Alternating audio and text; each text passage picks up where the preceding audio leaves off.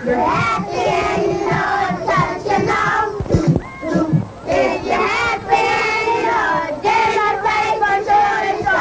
If you're happy and you know it, clap your hands.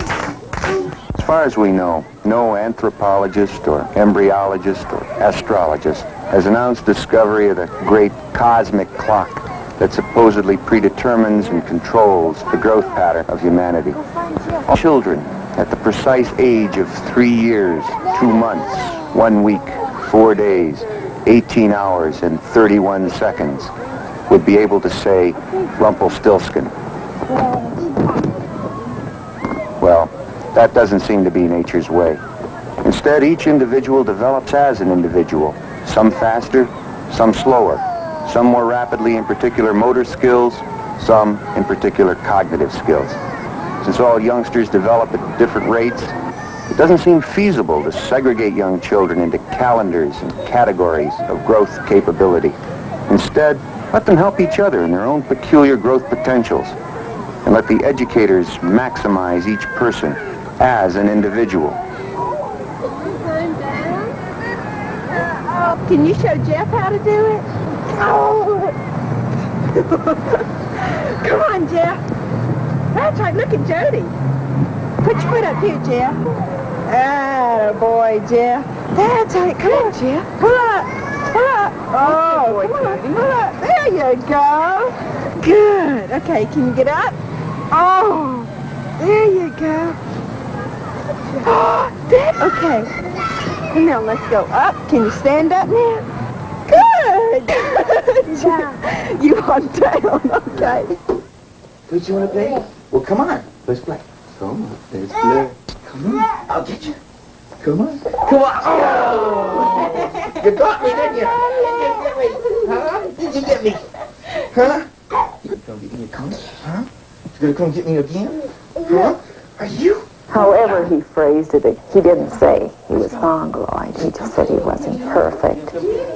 And I had read, any article that had been printed on Mongolism I had read.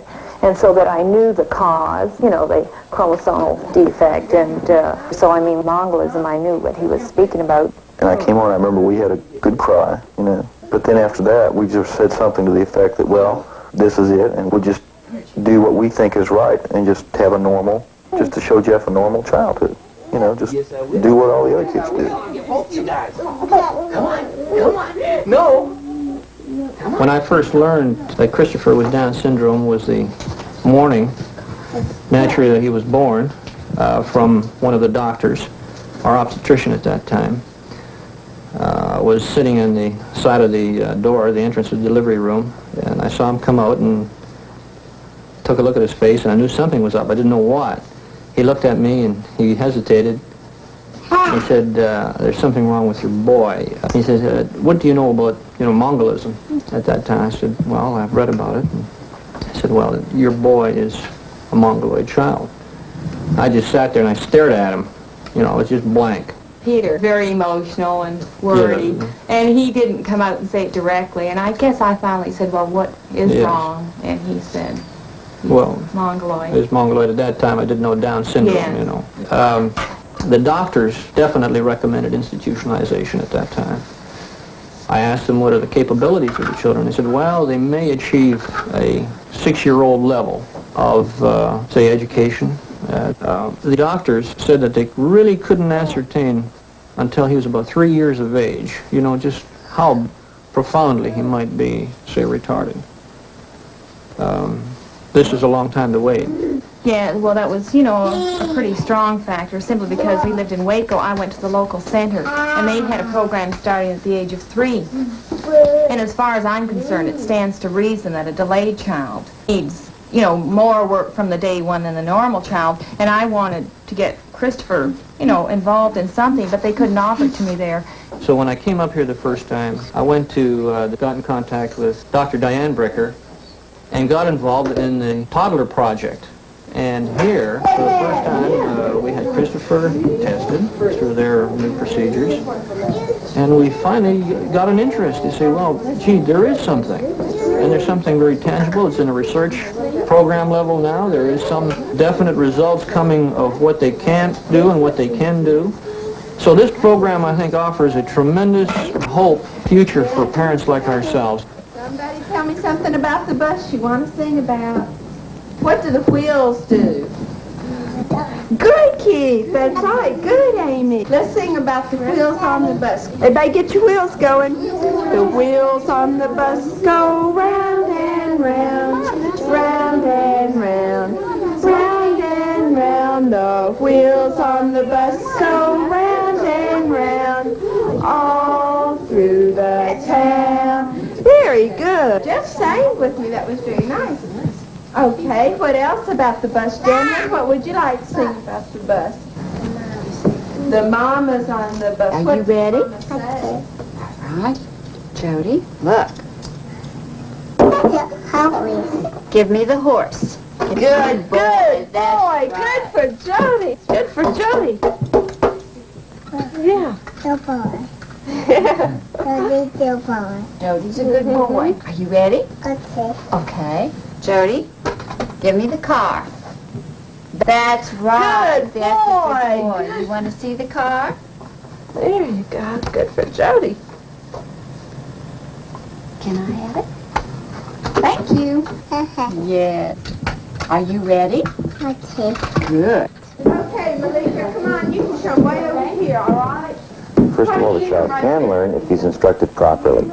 Secondly, he typically won't learn if he's just given a normal pattern of stimulation that occurs for most children. And so we're saying the earlier we can find these children, the earlier that we can start to work with their parents and with the children directly, that the better the chances are that they will learn important processes in human communication, human interaction. The teachers are very good about being differential with the children so that an expectation for a delayed child is not the same expectation that is for a normal or non-delayed child. For instance, at puzzle time, the non-delayed child is given a much more difficult puzzle to work than is the delayed child, who may be given a puzzle that has only 2 pieces. So the same thing runs through the program at all times. The teacher knows where the delayed child is, and she also knows equally well where the non-delayed child is, and so the activities are structured for the competency of each child.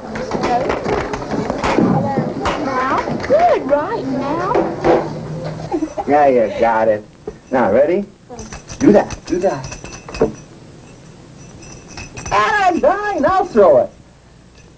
Yeah, boy. Okay. Now, what's next? How about raise foot while sitting? Raise foot while sitting. Are you ready? There. Turn around. One of the early parts of our training program have to do with motor imitation. That's it. We feel very insistent upon the fact that kids must learn first of very big muscle parts, hands on head, turn around, kick the ball. These are the acts that a child can learn fairly readily. These are the acts that we can guide him to learn. And then as we move from these gross big muscle acts, we go into finer muscle acts until we finally get to the point where what we're asking the child to do is to put his tongue out, put his tongue in, to put his tongue up, to put his tongue down, to open his mouth, to close his mouth. Now, if you look at the process of speech production, it's fairly important to see that much of what we know as articulation, What is that? the production of speech sounds, is putting in place of the articulators, the tongue, the teeth, the lips. And so what we do is we try to take the child aside and we try to see where he is. And, of course, we had his mother present, which was important because she could also see how she could translate these kinds of activities into the home. Good. Put the piece in the puzzle. That's it. Good. Good.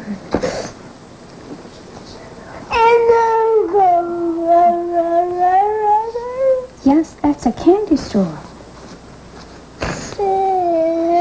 Candy store.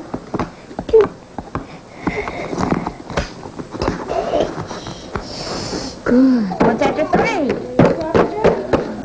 What's after 3? 4. What's after 4? 5. 5. That's right. Good, Chris. Come on, Christy. Come Come on. And look at that.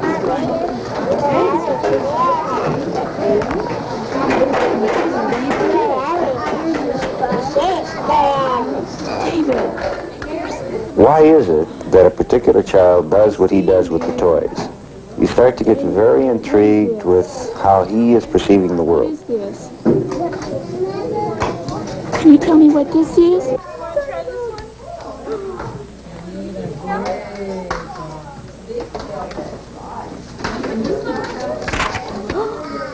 Look at that. Isn't that a funny-looking doggy? The basic reason behind bringing the non-delayed children in was for them to serve as developmental models for the delayed children. Behavior demonstrated by a young non-delayed toddler may be far more effective than the same behavior demonstrated by some big hulking teacher who is 4 times the size of a little toddler and who probably doesn't do it quite the way a toddler would do it anyway. And there's an incredible amount of learning going on between these two groups of youngsters. So far, according to all the data that we have, which at this point is somewhat limited, the non-delayed youngsters' development is not hindered or slowed down in any way by being in a classroom with a delayed counterpart. The delayed child basically is no different from the non-delayed child, except that he simply acquires behaviors more slowly, and it takes more energy and it takes more structure. So every time we can make that learning more efficient for the delayed child, we've maximized his development and his adjustment eventually to the environment.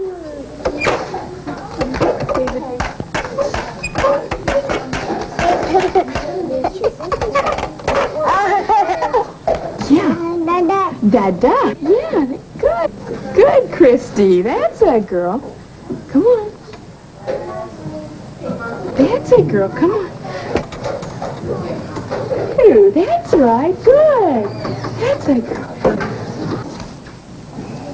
Now, we feel that it's extraordinarily important that we get children in a vertical position as quickly as we possibly can. The child is in an upright position, his mobility is increased, and so it becomes a very reinforcing activity.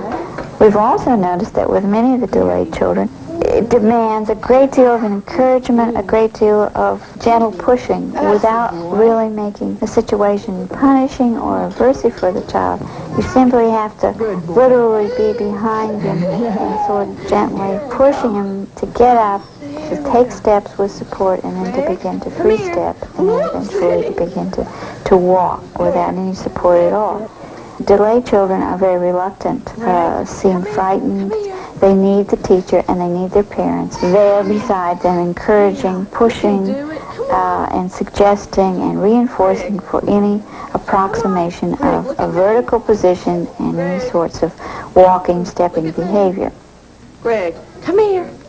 Come here. Come on. Okay. Oh, Greg's tired. Keith, what's that? No, what is that? Right? Good, that's right, Keith. Good for you. Jeff, what's that? A hot stove. Good, that's right. Yes, Mommy cooks on the stove, that's right. What's that? Yeah. What's that, Keith? Good, Keith, that's right. Jeff, what is that? Bongy ball. A bongy ball? Yeah. Keith, what's that? Apple. Yes, that's an apple. Keith, what We is have heavy that? emphasis on language and language training. And what she's trying to do is get the child to associate the word with the object in the environment. This may seem very simple, but for a delayed child it's not. It's a very difficult behavior for many of these youngsters to learn. It demands a great deal of effort on the parent's part, on the part of the teacher. It demands a great deal of careful structure and planning. You simply cannot say to a delayed child, this is a kitten, or this is a cow, or this is a horsey several times, and the child will have the relationship as you see non-delayed child pick up.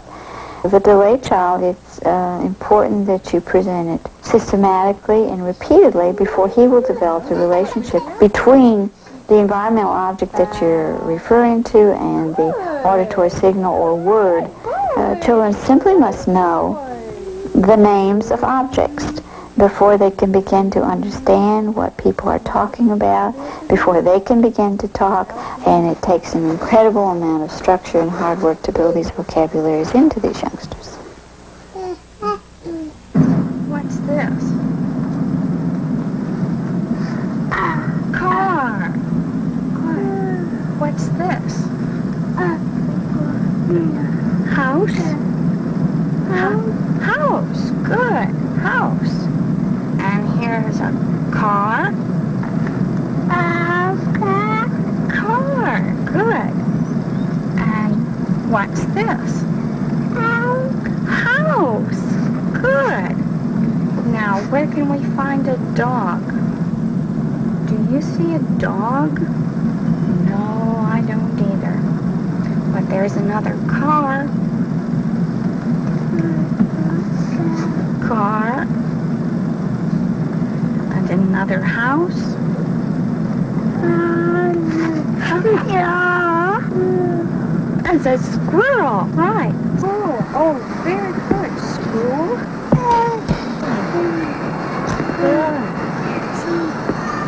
It's time to pick up the toys. Let's go pick up the toys, David. Come on, Wendy. Come on, it's time to go pick up the I toys. remember that in the early stages of the project, the kids would have a tendency to just kind of pull things out. All of the stuff on the shelf was on the floor. Now, the child finishes one toy, he goes into another toy, but he puts the first one away before he gets out the second. And that makes the child kind of responsible for what he does. It makes him free to choose what he wants to do. But at the same time, he kind of restores the situation with not compulsive meticulousness, but some degree of kind of, I have in this classroom a responsibility, and teaches them a degree of responsibility that generally is very acceptable in the society in which they're going to live. If you just leave a mess behind you, people are much less willing to accept you than if you are somewhat concerned about your own mess. There's only about one psychologist for every 2,500 mentally retarded people. There's only one special educator for every 500 mentally retarded children. This shows you that professionals cannot be the ones that are primarily responsible for the education of retarded children. Fortunately, for most retarded children, their parents, they can become the effective teachers of their children. There are research projects that are beginning now. There are many that are going on, like ours, that are trying to teach parents to work with retarded children. Unfortunately, most of it has not been very well grounded in research. Nobody has looked very carefully at what skills you need to train a parent in. What situations do you have to train them in? Do you train them in the home? Do you train them in the lab? What is the content? How do you evaluate your training program? That's some of the research we're hoping to get at in the proposed parent plan we've started. The research will probably extend for about 3 years' time before we ever have a final result of a training program that we can ship out to other people. And the parents will be involved in that. Does anybody have any questions about where we're going with the research? Go on. I think if everybody, somehow, if you could put the word across, which is difficult, to everybody, that everybody would know what mental retardation is.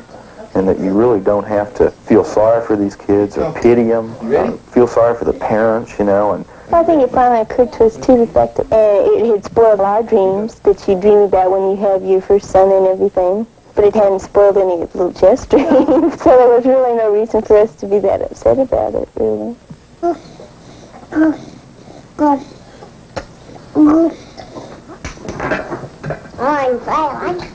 I'm making a new bag. I guess you get. He's a very happy kid. Smiles a lot. Has a nice temperament. And I think that helped his adjustment to us, or our adjustment to him. The biggest thing, I mean, my biggest worry is other people, the attitudes of other people, and knowing what a rough time he has ahead of him. I'd like to think, oh, people are kind and so forth, but I guess I'm not that much of an optimist, and I guess I really realized that my own upbringing, there was nothing there to teach me not to stare at someone that was strange. What color is that one? course, I certainly had a reasonable amount of trepidation about sending my son to a school or to a project where the primary aim was the treatment of those that were retarded or delayed children. I really did have some reservations at first. I don't now, by any means. We didn't know what to expect because most of us had never come into contact with mentally retarded children before. And so we were astounded at what we observed because we saw that the children were just children. There were no differences as far as their reaction to one another was concerned because none of the children knew that they were normal or delayed. They were just children. Give me your socks. No, that's your shoes. I want your socks. I want your socks, Dan. Give Mommy your socks. The general feeling is that we don't have unrealistic expectations. So I think the attitude is one of not making long-range plans. In many ways, the life of a child is pretty well established. We don't have to decide now whether to send him to college or not. That these things do happen, and you're going to have children. This is part of the kinds of risks that you encounter. Huh? Can you show Mama where your toe is? Yes. The Toddler Project has done so many positive things for everybody, the children and the parents, and the research that has come out of it has shown us that only good things have happened to all of the children in there. I would say I'm become a very strong believer in this, putting the kids into as close to a regular classroom situation as you can, you know, rather than the old bit of isolating them. Just a second, you can have it back. There. And the project has done so much to make these children fit into the world as it exists rather than trying to take them out of it. They've given the children a positive feeling toward life and for their achievements.